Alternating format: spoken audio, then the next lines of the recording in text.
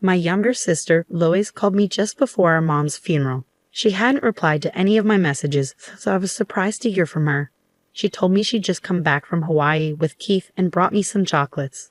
I was really upset because she hadn't bothered to respond to me earlier, so I ended up yelling at her in front of everyone at the funeral. I said something hurtful about her taking my husband, which was a terrible thing to say. Lois was confused and just asked, "What?" before I hung up on her. I turned off my phone and tried to calm down as I sat with the rest of the family. My name's Emily, and I just turned 38. I grew up in a family of 4.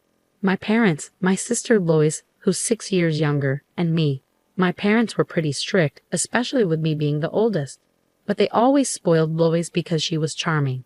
Whenever she wanted something, she'd flash a smile and say, "Emily, I want this," and I'd usually give in. Unfortunately, this didn't change even as she got older, and she became quite a troublesome sister. Dad passed away 8 years ago from an illness, and about 6 months ago, Mom got a terminal diagnosis. She was in and out of the hospital. I married Keith, a colleague, 2 years ago and moved out to an apartment near my office. For the past 6 months, I've been driving an hour each way to take care of Mom between work. Lois moved back home and quit her job a year ago after a breakup. Even though she lived there, she kept pushing the caregiving responsibility onto me, saying I was better at it. So I took a month off work to look after Mom.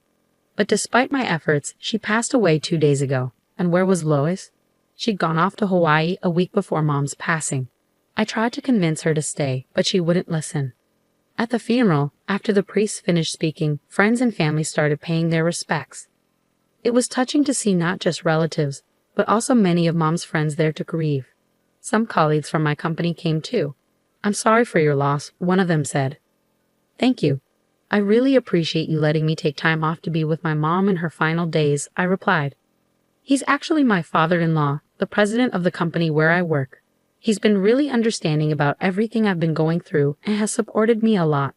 "But where's Keith? I haven't spotted him here yet." "Well, he's been overseas on a business trip since last week, and I haven't been able to reach him," I explained. "Oh, I see. I'll ask the sales manager about it," I said, trying to figure out where Keith was. Keith and I work in different departments because of the big company he runs. He's always busy with sales and often away on business trips. I tried to understand, but it was hard not having him here during such a tough time.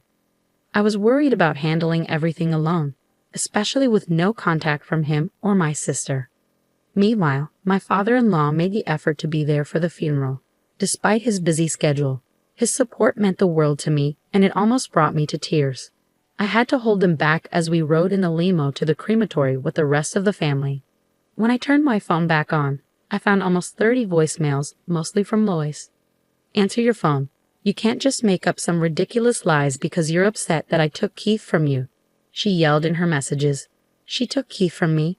I questioned, trying to recall if Lois had hinted at something like that during her call before the funeral. But I was too busy dealing with the mourners to fully grasp what she was saying. Lois and Keith having an affair? That couldn't be true, could it? I felt a sudden rush of anxiety and confusion. Was Keith really on a trip with her? As I hurriedly checked the voicemail, I found several messages from my husband. "I'm so sorry, but you're strong. You can handle this on your own. But Lois, I need to be there for her.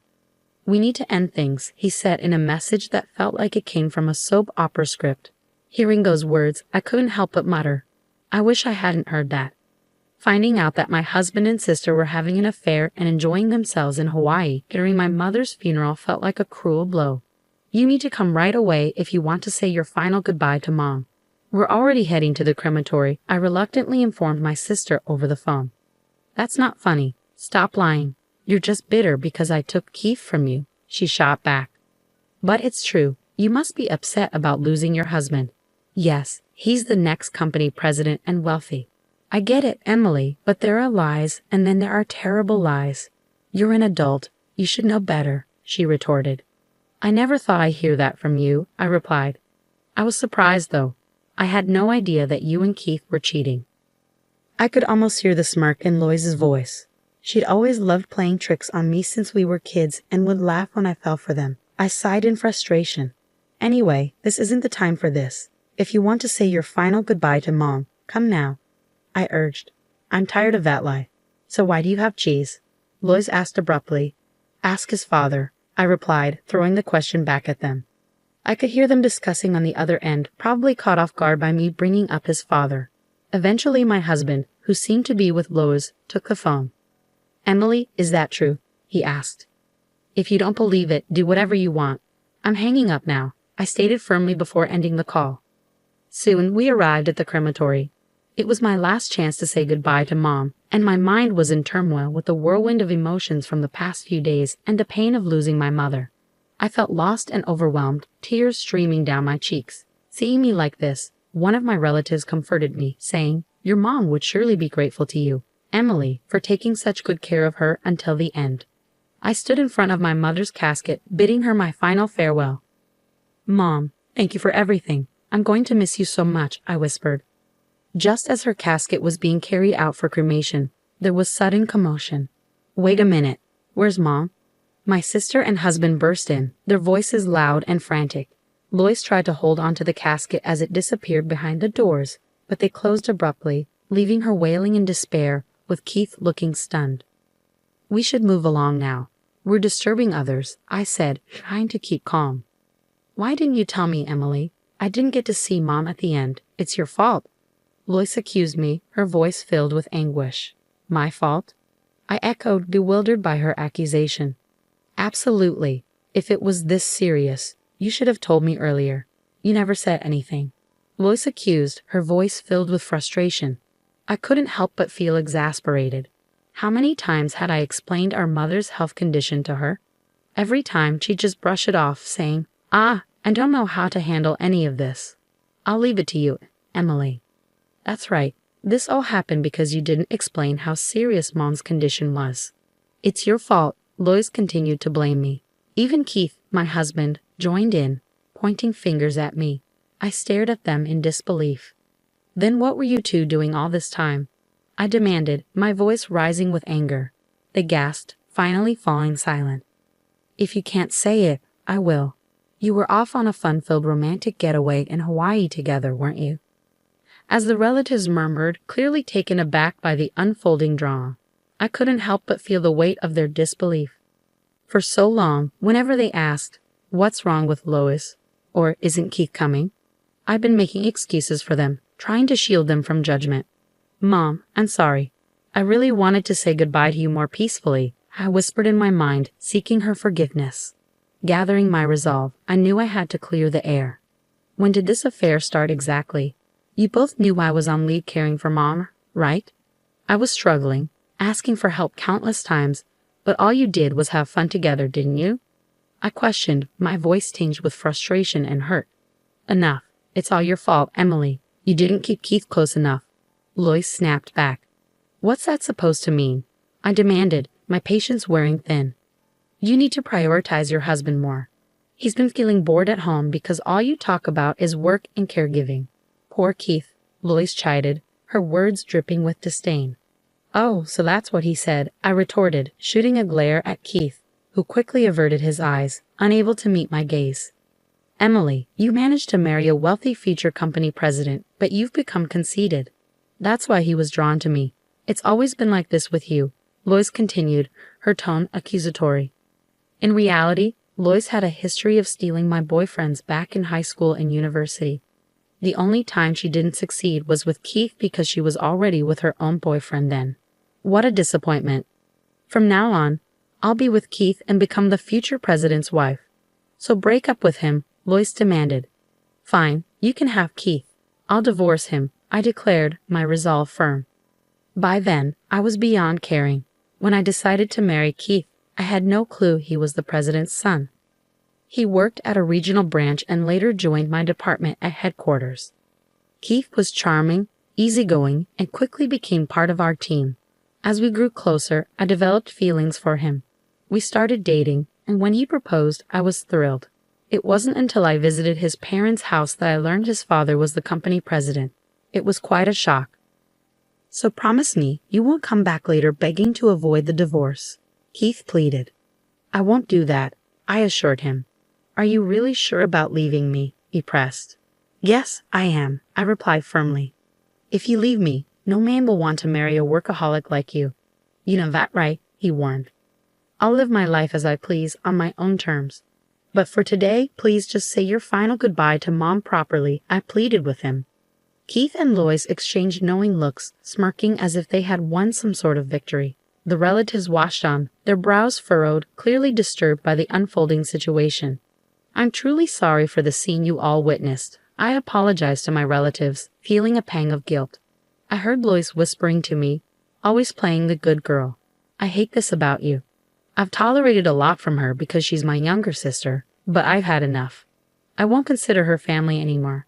I'm divorcing Keith, and now I feel like I have no family left. All I can do is prepare myself for that reality.